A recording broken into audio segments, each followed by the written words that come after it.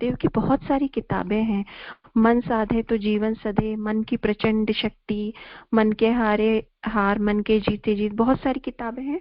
उसमें से मैंने बहुत सारी चीजें कुछ पढ़ी हैं, तो मैं थोड़ा सा मन की सेवा कैसे की जाए ये आप लोगों से शेयर करती हूँ। पहली बात तो ये है कि जैसे हम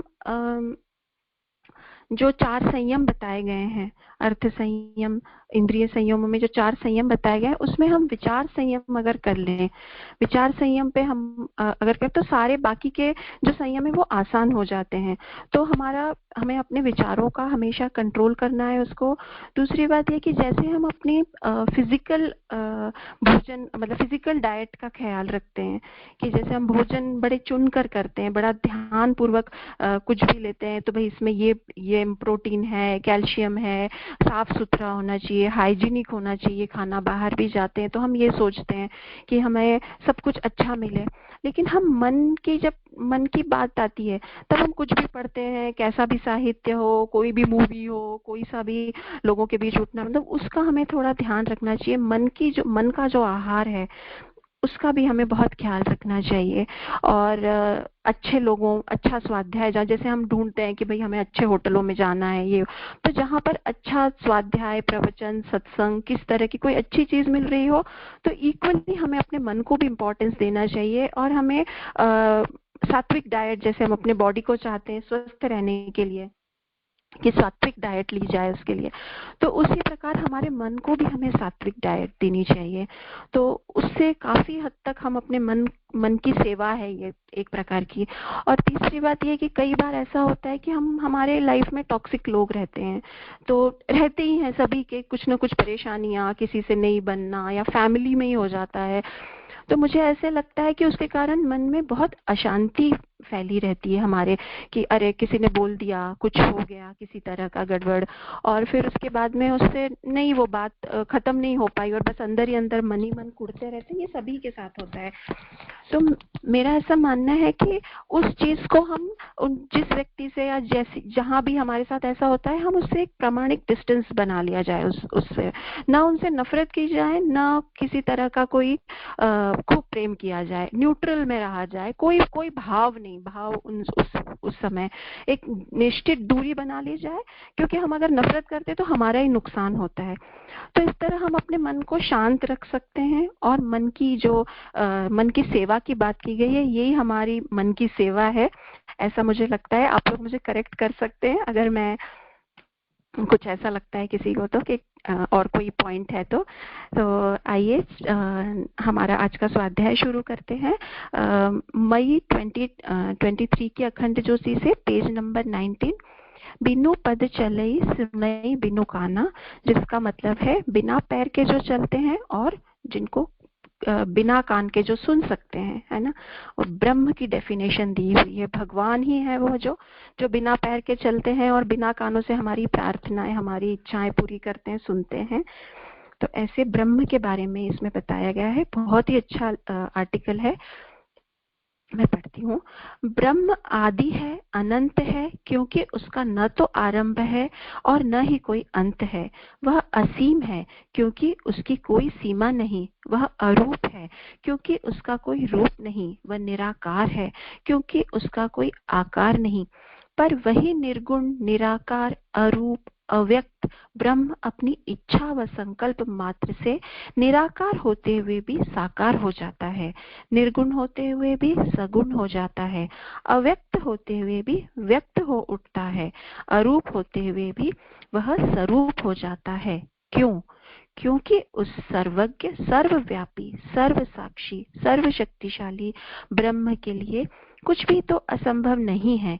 उस ब्रह्म की महिमा को प्रकाशित करते हुए भगवान शिव रामचरितमानस में माता पार्वती से कहते हैं, बिनु पद चलई सिनई बिनु काना, कर बिनु करम करई विधि नाना, आनन रहित सकल रस भोगी, बिनु बानी बकता बड़ जोगी, तन बिनु परस नयन बिनु देखा, ग्रह घ्राण बिनु बास अशेषा, असी सब भांति अलौकिक करनी, महिमा जासु जाई नहीं बरनी।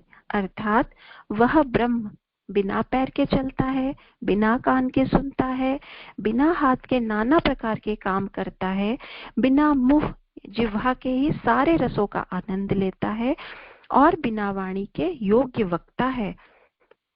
वह बिना शरीर त्वचा के स्पर्श करता है, बिना आंखों के देखता है और बिना नाक के सब गंधों को ग्रहण करता है। उस ब्रह्म की करनी सब प्रकार से ऐसी अलौकिक है कि जिसकी महिमा कहीं नहीं जा सकती है। यहाँ पर ब्रह्म की डेफिनेशन बताइए कि परमात्मा जो है वो दिखाई नहीं देता है ना। तो जैसे इसको इस तरह से समझा जा सकता है कि हवा जो है वो हमें दिखाई तो नहीं देती है ना, महसूस होती है। जो हमारे घर में विद्युत है, बिजली है, वो हमें दिखाई नहीं देती। हमें पंखे चलते हुए नजर आते हैं, हमें लाइट, हमारे घर में एसी पंखे चलते, लेकिन विद्युत दिखाई नहीं। सेम इसी तरह ईश्वर का भी है। ईश्वर भी हमें दिखाई नहीं देता, पर वो हर समय हर जगह विद्यमान है ना। हम जब ये कहा गया है कि हम जो है वो परमात्मा का अंश है। इंसान व्यक्ति को जो बताया है परमात्मा का एक अंश बताया है, और किसको बताया कि हमारी जो आत्मा है वो भी हमें दिखाई नहीं देती है ना। वो आत्मा, कहते हैं ना, आत्मा परमात्मा में विलीन हो जाती है, ऐसा कहा जाता है ना जब किसी की डेथ होती है। तो जो भगवान में विलीन हो जाती है, हम अपने आप को शरीर मान बैठते हैं और उसी के अनुसार चलना शुरू कर देते हैं। शरीर को ही सब मान लेते, इंद्रिय भोगों को ही सारी चीजें मान लेते, इसीलिए रोते कलपते और दुखी रहते हैं। लेकिन अगर हम इस बात को समझ जाए, प्रकृति के, ईश्वर के बनाए हुए नियमों के अनुसार चला जाए, अगर उनकी इस सृष्टि में सारी अच्छी चीजों, सुंदरता को देखा जाए, तो हमें ये दुख कष्ट नहीं होंगे। वह ब्रह्म स्वयं की इच्छा व संकल्प के कारण ही अगुण होते हुए भी सगुण हो जाता है, निराकार होते हुए भी साकार हो जाता है, अरूप होते हुए भी स्वरूप हो जाता है, अव्यक्त होते हुए भी व्यक्त हो जाता है। इसीलिए तो भगवान के विभिन्न अवतारों में निर्गुण, निराकार, अरूप, अव्यक्त ब्रह्म ने स्वयं को विभिन्न रूपों एवं गुणों में व्यक्त किया हुआ है। उस निर्गुण, निराकार, अव्यक्त, अरूप ब्रह्म ने ही स्वयं को ब्रह्मा, विष्णु, महेश, राम, कृष्ण, दुर्गा, काली, लक्ष्मी, राधा, गायत्री आदि विभिन्न रूपों में व्यक्त किया गया है। हमारे परम पूज्य गुरुदेव जो थे वो भी इतने महान ईश्वर का अंश है, ईश्वरीय चेतना है, लेकिन उन्होंने भी सगुण मतलब गायत्री का चित्र बनाया और फिर गायत्री की उपासना की थी। उस ब्रह्म की कोई प्रतिमा नहीं है, पर उस ब्रह्म ने मीराबाई, रामकृष्ण परमहंस जैसे निश्चल निर्दोष भक्तों के लिए स्वयं को प्रतिमा में भी प्रकट किया है। निर्गुण निराकार ब्रह्म ने ही स्वयं को शबरी, सूरदास, तुलसीदास, संत नामदेव, संत एकनाथ, तुकाराम जैसे भक्तों के समक्ष स्वयं को साकार रूप में प्रकट किया। समय समय पर विभिन्न युगों में उसी निराकार ब्रह्म ने जगत के एवं भक्तों के कल्याण के लिए स्वयं को व्यक्त किया।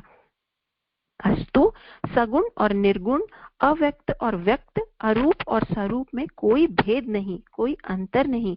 भगवान शिव इसी सत्य को रामचरितमानस में प्रकाशित करते हुए कह रहे हैं, सगुण ही अगुण ही नहीं कछु भेदा, गावहि मुनि पुराण विदु बुध बेदा। अगुण अरूप अलख अजेयी, भगत प्रेम बस सगुण सो होई। जो गुण रहित सगुण सोई कैसे, जलु हिम उपल बिलग नहीं जैसे। जासु नाम ब्रह्म तिमिर पतंगा, केहि किमि कहई विमोहि प्रसंगा। हर्ष विषाद ज्ञान अज्ञाना, जीव धर्म अहिमति अभिमाना। राम ब्रह्म व्यापक जग जाना, परमानंद परेश पुराना। अर्थात सगुण और निर्गुण में कुछ भी भेद नहीं। मुनि, पुराण, पंडित और वेद सभी ऐसा कहते हैं। जो निर्गुण, अरूप या निराकार, अलग मतलब अव्यक्त और अजन्मा है, वही भक्तों के प्रेमवश होकर सगुण हो जाता है। जो निर्गुण है, भला वही सगुण कैसे? वैसे ही जैसे जल और ओले में कोई भेद नहीं, जल और ओला दोनों ही जल हैं, वैसे ही निर्गुण और सगुण दोनों एक ही हैं। हर्ष, विषाद, ज्ञान, अज्ञान, अहंता और अभिमान, ये सब जीव के धर्म हैं, स्वभाव हैं, प्रकृति है।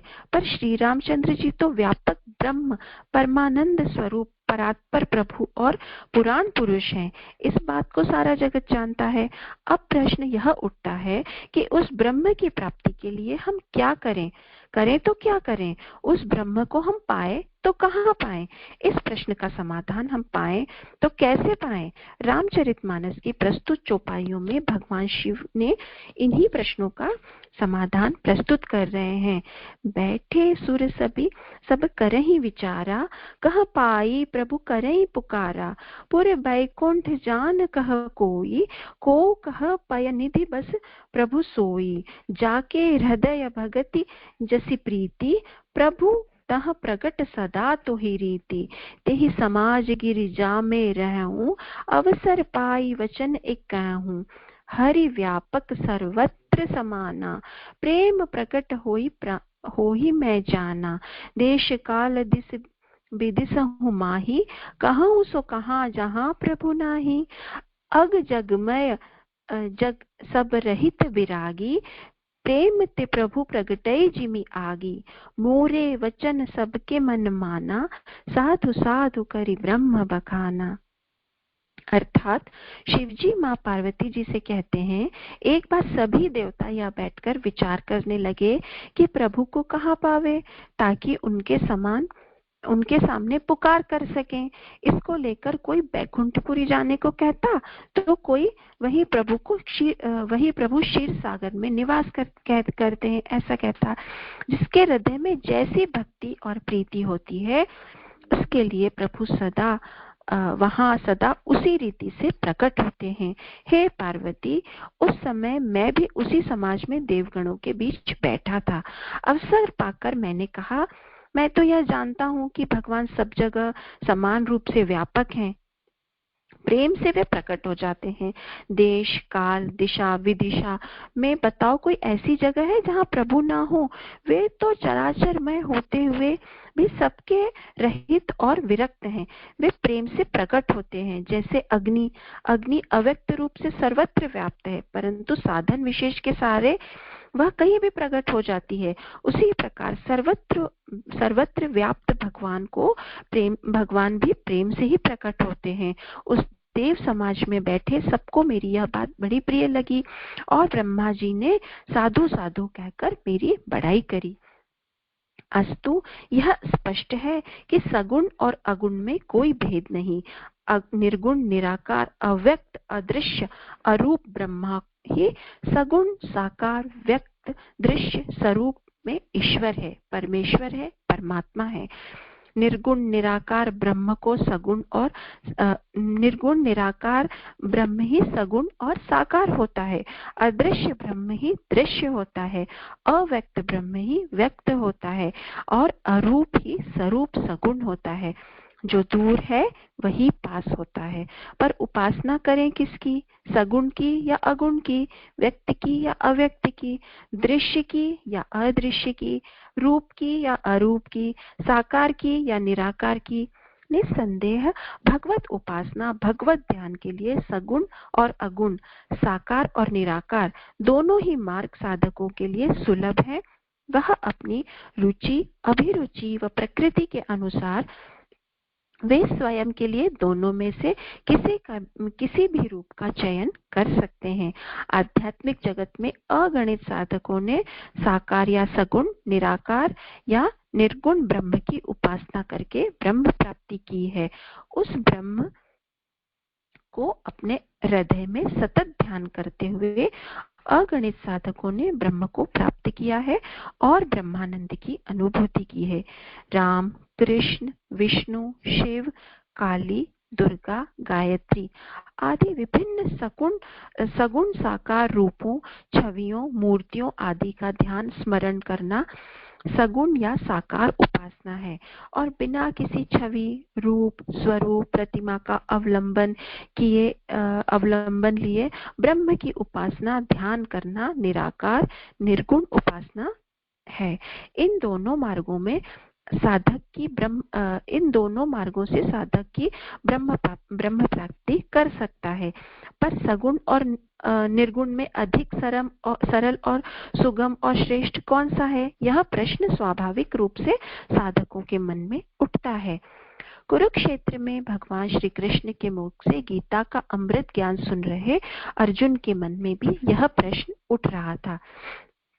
तभी तो गीता के 12वें अध्याय में प्रथम श्लोक में अर्जुन ने यह अपनी जिज्ञासा भगवान के समक्ष रखी और कहा, हे भगवान, जो अनन्य प्रेमी भक्तजन आप सगुण रूप परमेश्वर का भजन ध्यान करते हैं और दूसरे जो केवल अविनाशी सच्चिदानंद घन निराकार ब्रह्म को ही अति श्रेष्ठ भाव से भजते हैं, उन दोनों प्रकार के उपासकों में अति उत्तम कौन है?